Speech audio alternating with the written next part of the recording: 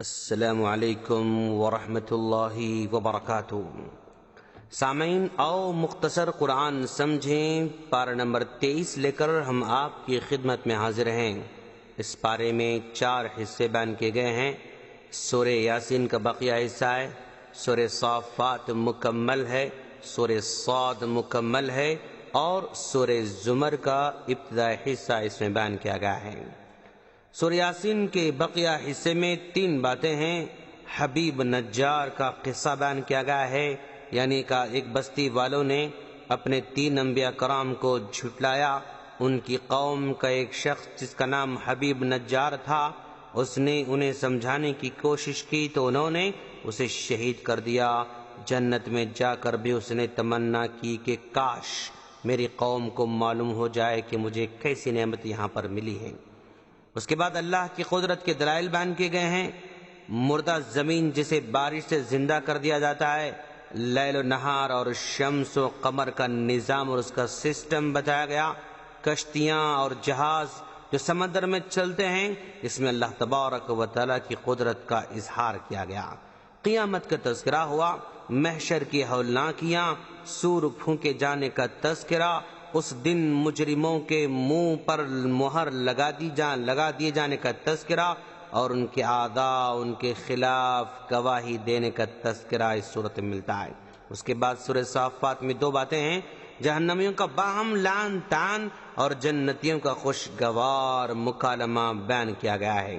جہنمی آپس میں ایک دوسرے پر لعن طعن کرتے رہیں گے، برا بھلا کہتے رہیں گے، اور جنت میں اس کے برخلاف بڑا خوشگوار ماحول ہوگا اور عمدہ گفتگو ہوتی رہے گی۔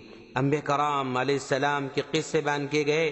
حضرت نوح علیہ السلام، حضرت ابراہیم علیہ السلام کی دعوت توحید، انہیں بیٹے کو ذبح کرنے کا حکم اور اس کی تعمیل، حضرت موسیٰ علیہ السلام اور حضرت ہارون علیہ السلام کا قصہ، حضرت الیاس علیہ السلام کا قصہ، جنہیں شام میں ایک ایسی قوم کی طرف نبی بنا کر بھیجا گیا تھا جو بال نامی بت کی بات کرتی تھی۔ حضرت لوط علیہ السلام کی قوم کی شہوت پرستی کا قصہ، حضرت یونس علیہ السلام کی مچھلی کے پیٹ میں جانے کا قصہ اس میں بیان کیا گیا۔ سورہ صاد میں 2 باتیں ہیں۔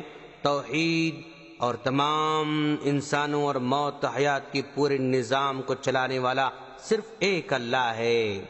رسالت نبی کریم صلی اللہ علیہ وسلم کو تسلی دی گئی، قریش کی مذمت بیان کی گئی۔ تسلی کے طور پر حضرت داؤد علیہ السلام کے شکر کا قصہ اور حضرت ایوب علیہ السلام کے صبر کا قصہ اور دیگر انبیاء کرام قصے بیان کیے گئے۔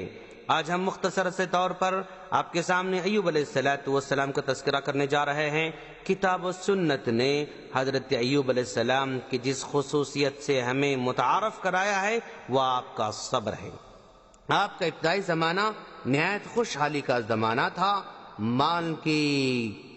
مال کی ساری اقسام آپ کے پاس موجود تھے، اولاد تھے، بیویاں تھیں، جائیداد تھی، الغرض سب کچھ وافر مقدار میں عطا ہوا تھا۔ آپ کثرت اموال و اراضی میں مشہور تھے۔ اس دور میں آپ ہمیشہ اللہ کا شکر بجا لاتے تھے۔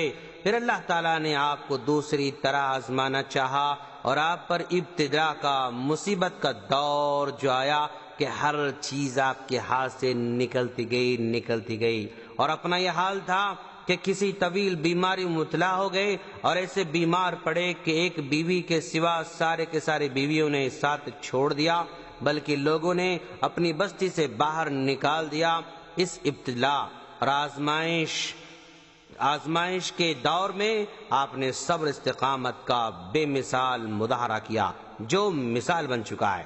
پھر جب اللہ تبارک و تعالیٰ سے اپنی بیماری کے لیے دعا کی تو اس دعا میں شکر و شکایت نام کو نہیں، بلکہ عرض و بددعا بھی نہیں، کسی چیز کا مطالبہ بھی نہیں۔ یوں معلوم ہوتا ہے کہ جیسے کوئی انتہائی صابر، قانع اور خوددار آدمی اپنے مالک کو کوئی بات یاد کرا رہا ہو۔ کہا تو صرف اتنا کہا اپنے کہ پروردگار میں طویل مدت سے بیمار ہوں اور تو ارحم الراحمین ہے۔ جب حضرت ایوب علیہ السلام اس صبر کے امتحان میں بھی پوری طرح کامیاب ہو گئے تو رحمت باری خوش جوش میں آ گئی۔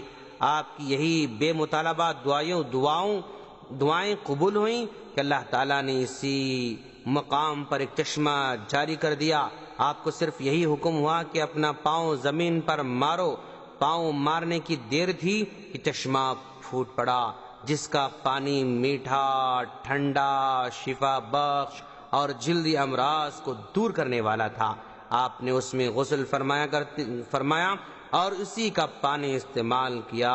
آپ کی بیماری جلد کی بیماری تھی جو اس طرح غسل کرنے اور پانی ملتے رہنے سے جلد ہی دور ہو گئی، اور جتنا مال و دولت اور آل اولاد اللہ تعالیٰ آپ کو پہلے عطا فرمایا تھا، اس سے بھی دگنی تعداد میں اللہ تعالیٰ نے مال عطا فرمایا۔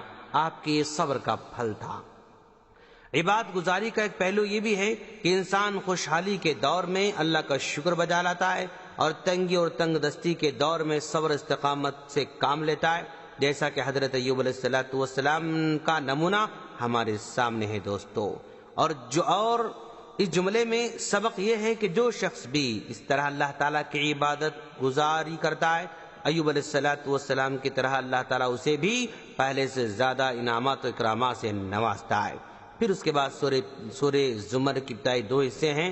قرآن کی عظمت بیان کی گئی ہے اور توحید کا تذکرہ کیا گیا ہے۔ اللہ تبارک و تعالی انسان کو ماں کے پیٹ میں 3 تاریکی میں پیدا فرمایا۔